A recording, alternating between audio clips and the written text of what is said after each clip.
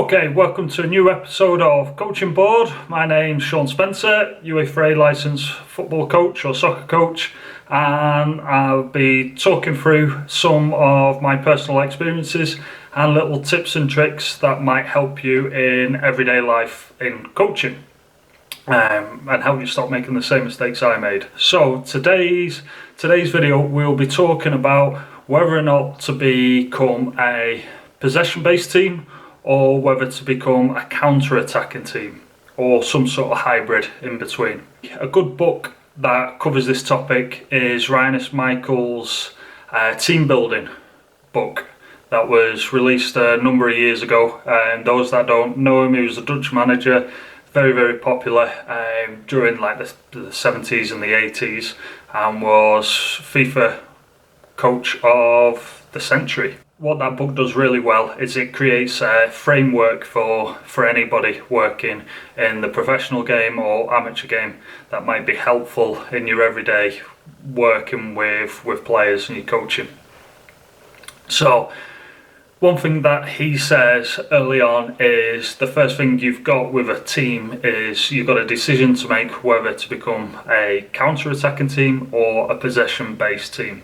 One of the benefits of being a counter-attacking team is it's quicker to organise and establish. So if you're just taking over a team mid-season, it's easier to get them organised defensively and get them to counter-attack. Where playing possession-based football it was going to take a little bit longer.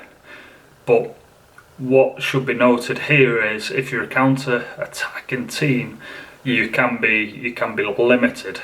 But I'll give you a few examples of coaches and managers that have managed to break out of the limitations of just being a counter-attacking team. One of them is Real Madrid. So they've been a counter-attacking team for a number of years, but like you can see from the players, that's one of the ways that you can break out if you've simply just got better players than the rest of the league, and that goes into budgets and one thing and another. But having better players as a counter-attacking team is certainly going to help. Recently with Ronaldo before he left, and then you can go even further back with the Brazilian Ronaldo and Raul and everybody. But on the most part, Real Madrid, they don't really control possession. Quite happy to sit back and then counter attack. And obviously that's changed. The parameters of that have changed quite a bit depending on what manager's been there. They've had quite a bit of a turnover over the past sort of 20 years. But for the most part, counter-attacking team. Another one, another good example is Manchester United under Sir Alex Ferguson. Great counter-attacking teams, and again he's had a few different versions of that.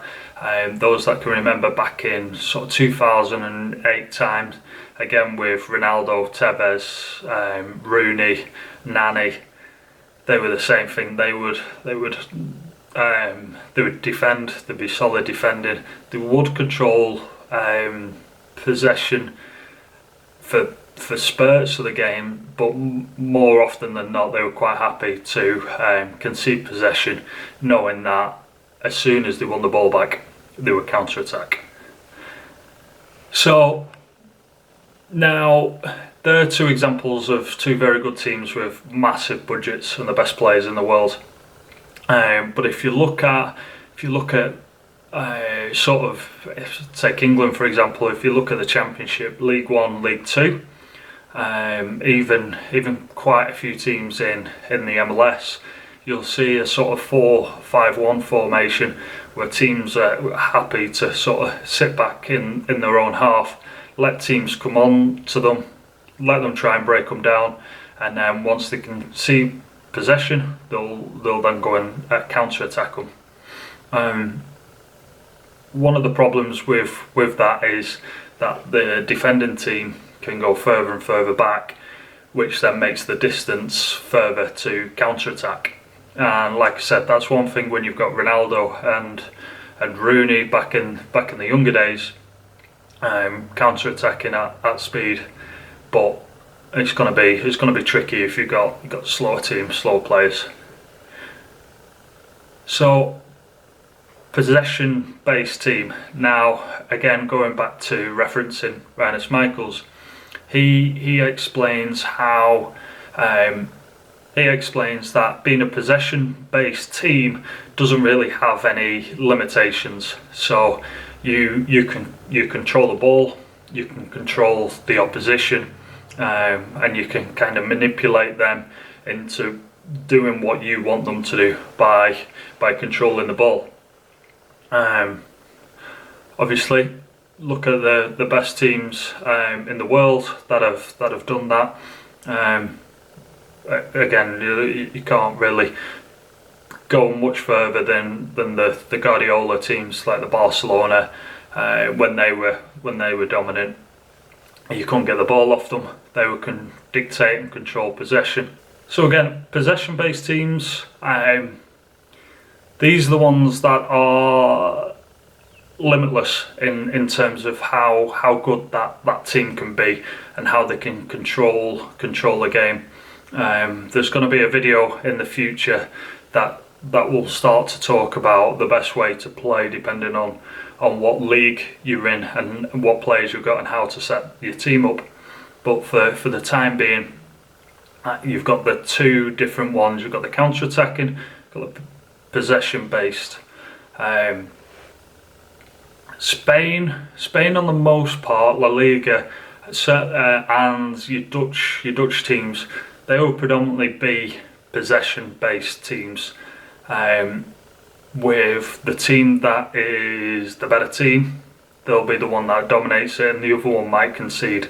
The most exciting games, so you would have seen this recently at the weekend, is when you see two teams go toe-to-toe. So you get two possession-based teams who fight it out. So you look at Man City did this against Arsenal. However, Man City's just far stronger at that game.